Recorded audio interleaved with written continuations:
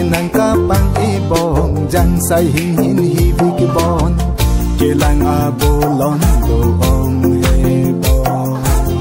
nang rinang lokpen ang bong ta lichot nang raje bolon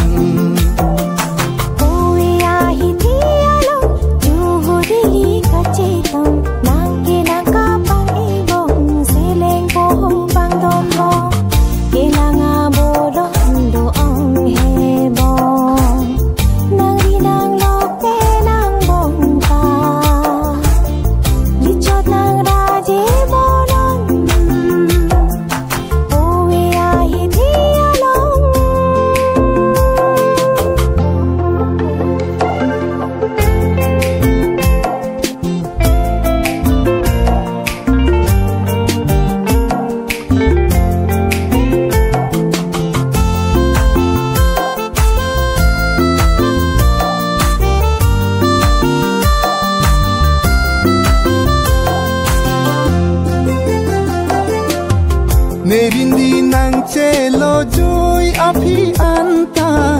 sengene tene un e vir un e prai un e bong nang raje ne sengbe arlo pentuke abhong tinarong aje nang penle chetong verde o an seng karong jine abhong tinarong aje nang penle chetong verde ko an seng karong jine ove ahi thi along chuhut kili ka chetong nang kinang kapang ibong jang sa hin hibig bon kelang abolong doong hebon nang rinang lokpen ang bong ta